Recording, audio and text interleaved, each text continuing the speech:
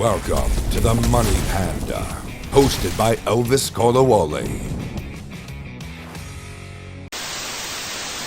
Baz Furby is a prominent founder, investor, and CEO in the blockchain gaming space, and it was good to hear what he had to say about this as well.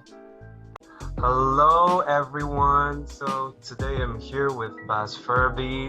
Baz Furby is the CEO of the GameFi title. Of course, he'll tell you about that himself. But of course, today we're here to talk about the GameFi spin-offs. Of course, we've been hearing about so many companies that seem like they're attempting to jump on the bandwagon that's been created by the successful GameFi and play-to-earn movement. We have so many, but before we get into that discussion, I'd like the audience to know about you, Baz. So, what are you involved with currently in the blockchain space? Yeah, sure. No, thanks for the intro and nice to meet everyone. So my name's Baz Furby. I'm currently CEO of a company called Disruption X. We are essentially building an ecosystem for blockchain play-to-earn gaming. So it will be a destination that you can come to, a bit like Netflix for films, but for blockchain games. Wow. And we're essentially bringing an ecosystem together where guilds and games and players globally can participate in play-to-earn gaming.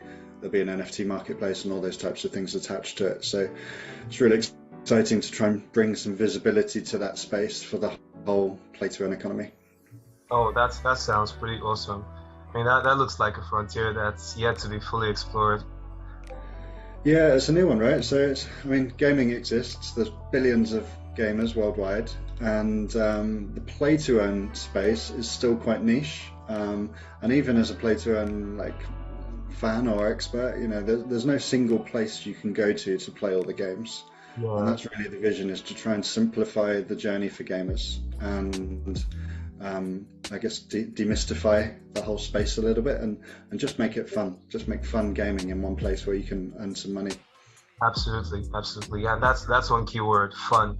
Like lots of fun, and it feels like a lot of these companies here might deprioritize the fun these days, which probably shouldn't be, And then speaking of fun, it seems with these spin-offs I was talking to you off camera about, there are people who promise the ability to for people to take several actions, very random actions, perhaps sleeping, dating, having sex, learning, moving, and a lot of other random things. And they do promise that you can actually earn a bit of an income by doing these things. So I feel like it does feel like they're popping up a lot, and they are trying to perhaps replicate the sort of success that's been seen, the sort of explosion that's been seen in the GameFi space. So I'd like to know, is there one particular business model that actually catches your eye and you feel that is actually promising these days? Yeah, it's a really interesting economy that's kind of cropped up around the something to earn. And like you say, there's crazy ones. I've seen like sex to earn and play to earn and run to earn and all of these things. And I'm a big fan of the movement. I'm not a big fan of the buzzwords, but a big fan of the movement because it's a transition from an economy that we currently live in, where basically everything costs money. And if you want to participate in a particular club or a sport or play a game, ultimately they're all kind of pay to play. Everything costs us money, and the people that are benefiting from that are obviously the people that create those platforms. Like Facebook is essentially attention equals advertising equals money for Facebook, right?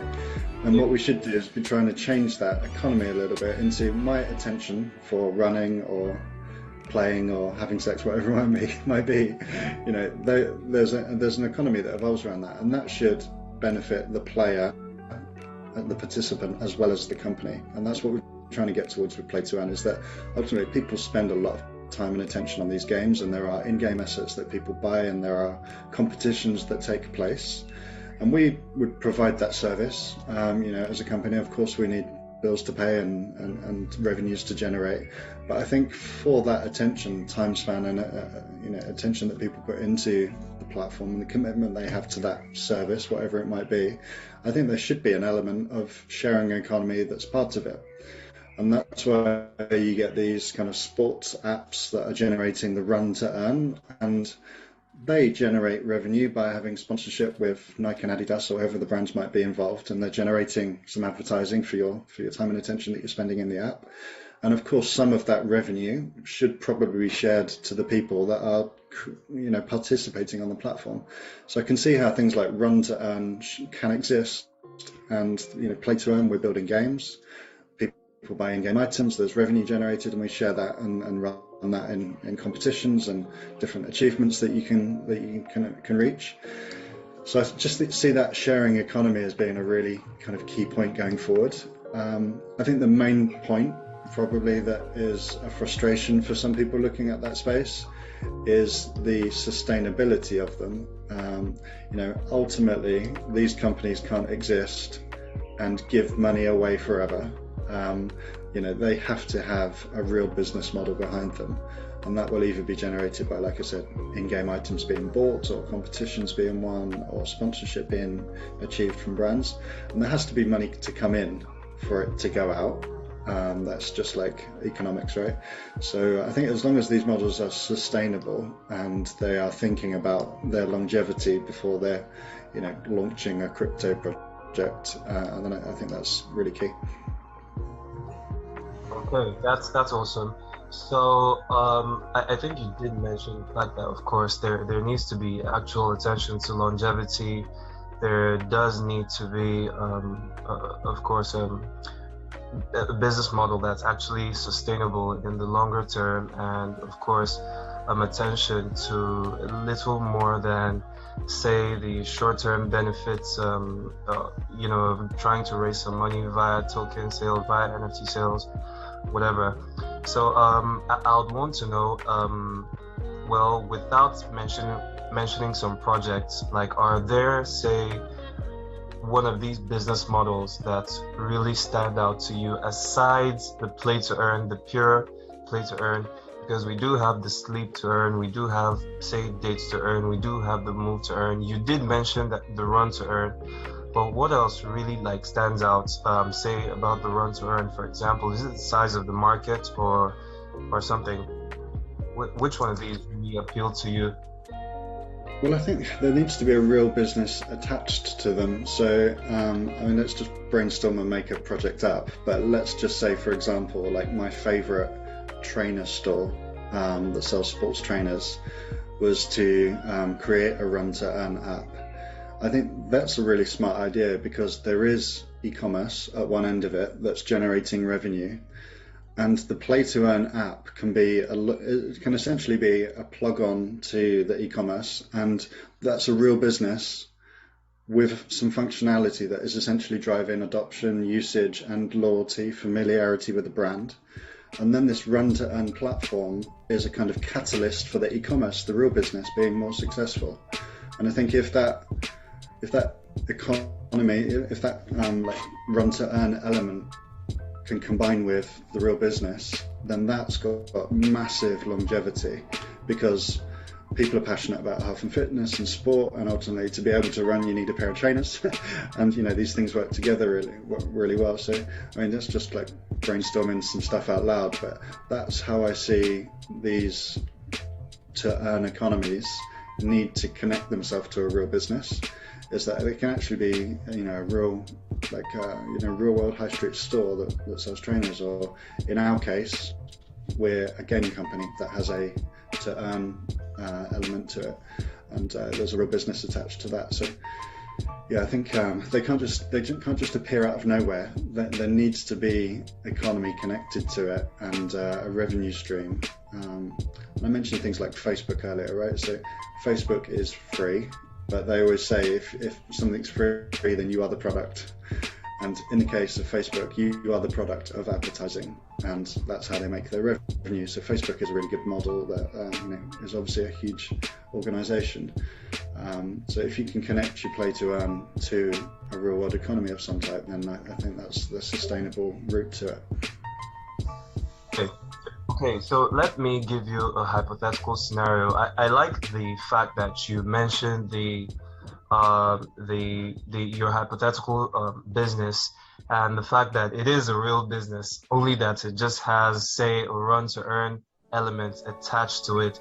So that run to earn element is basically like an extra source of income and perhaps some other form of consumer engagement of some kind, that kind of thing. So that's the element it adds, not necessarily you bringing the run to earn element and trying to attach a business as a utility. I mean, perhaps that's not something that's sustainable, right? So okay, that's just on one side. I wanted to bring, say, a hypothetical business. Say for example, I decided to run, say, a sex to earn startup, and right now I could argue, say, okay, there's probably a market of people who might want to earn some kind of an income by having sex, because there are a lot of people who will do it anyway for free. And then I just estimate that at some point some people would want to earn some form of an income from it, and that's my bet in the long term. Meanwhile, if you take the example of, say, a Facebook, I would also argue a large market did not exactly exist for social networking. It's not like everybody was envisioning a world where everyone would be interconnected all the time.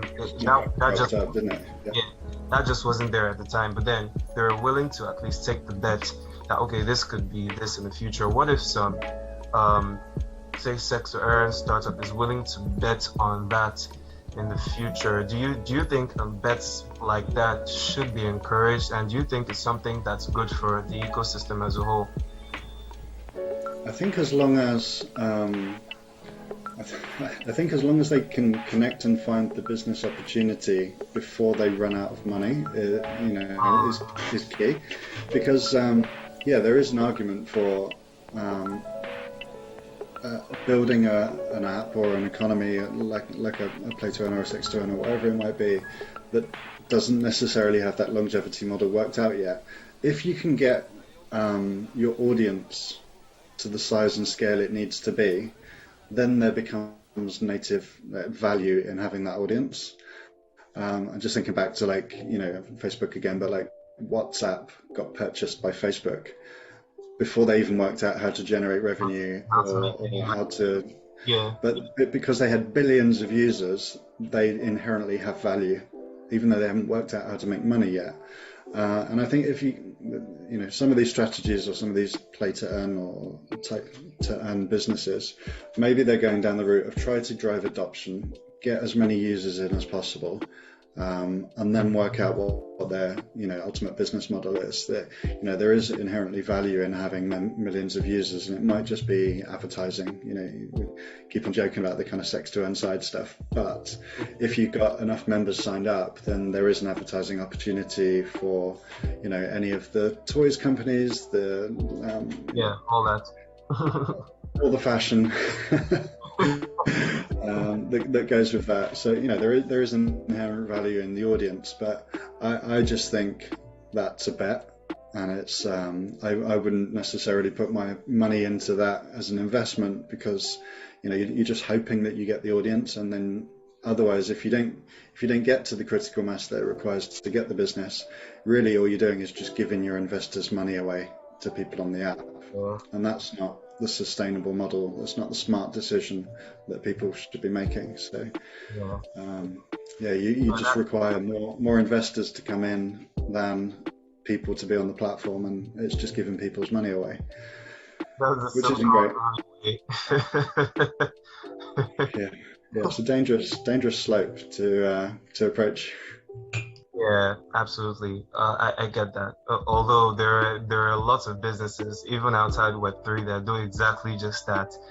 Anyway, but that's a different topic. So so let's okay. So while we're speaking on the topic of GameFi alternatives, what about GameFi?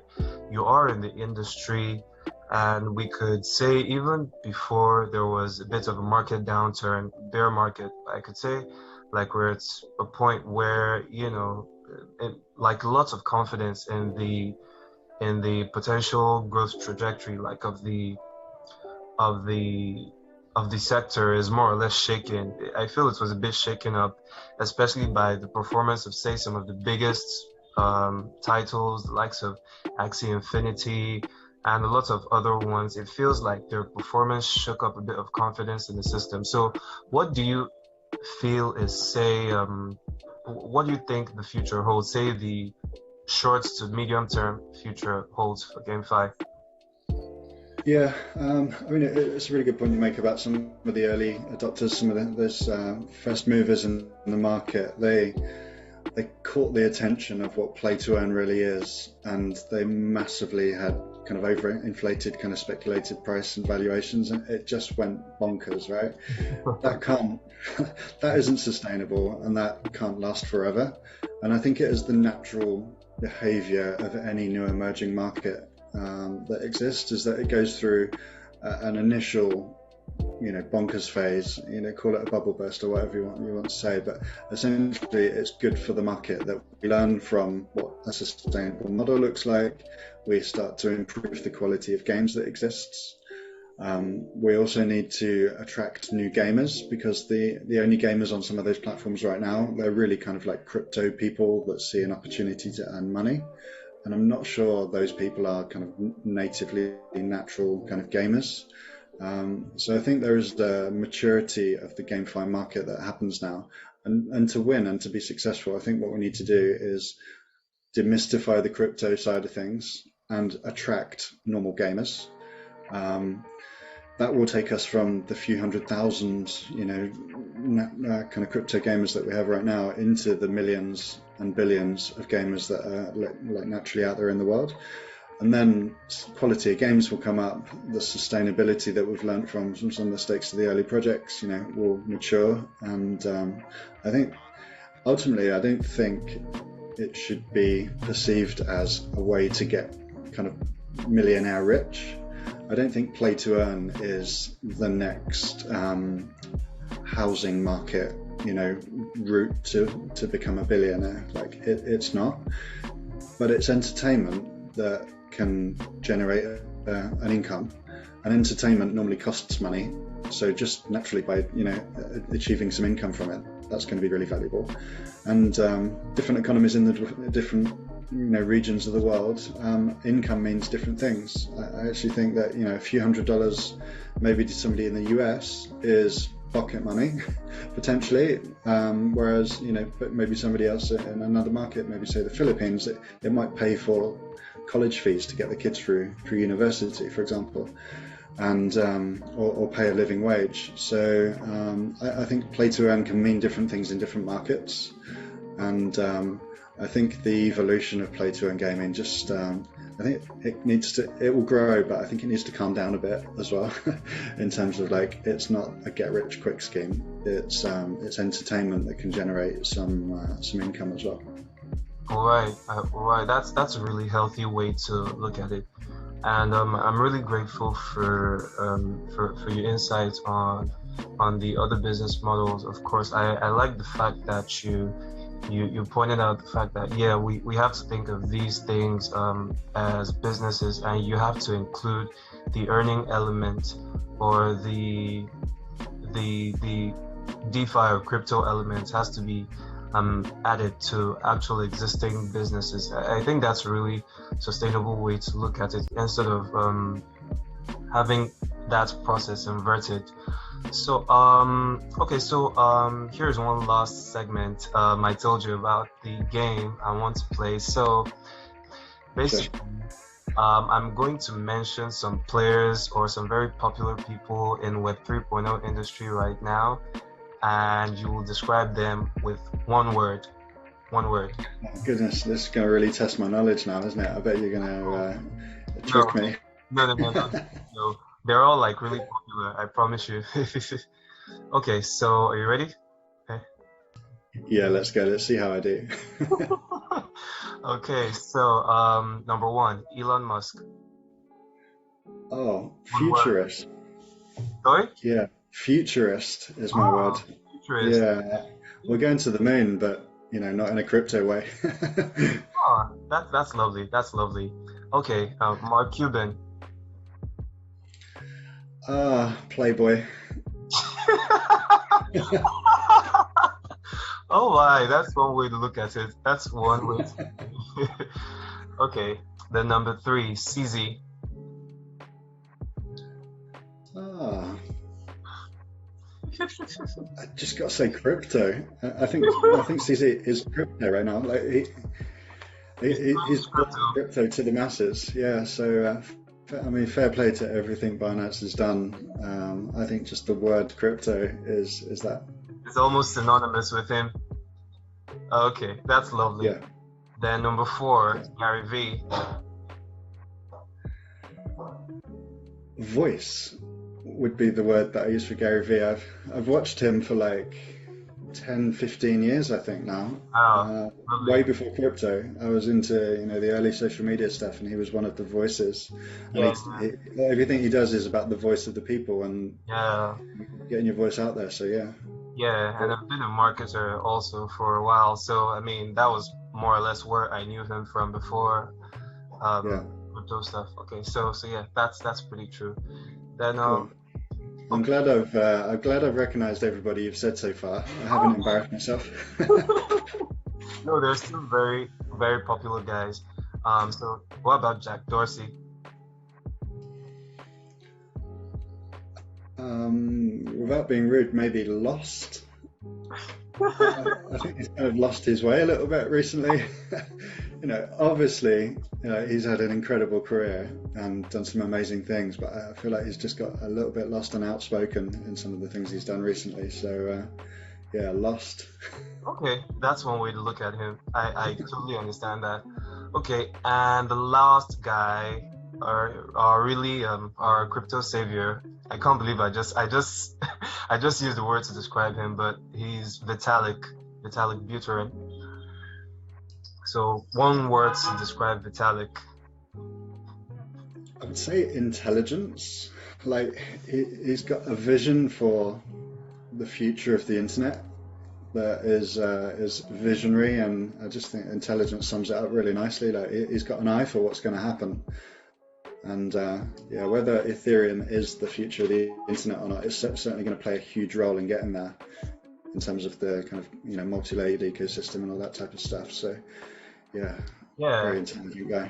yeah, really smart guy. The way he's able to imagine all these things and basically set out a bit of a blueprint for a lot of others to follow and improve upon. I mean, if the project itself might not necessarily be the last mile for like what happens with the ecosystem, but definitely it sets a lot of the foundation. So Yeah, fair play to him. Fair play to him.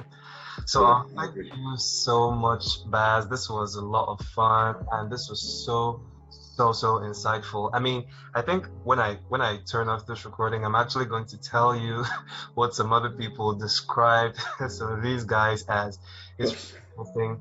But thank you so much. I really like your insights on the way the XXX to earn model should go going forward and how you see these projects gaining longevity. I really appreciate it. Thanks so much for your time Cool. and see you soon, of course. Yeah, brilliant. Thanks for having me.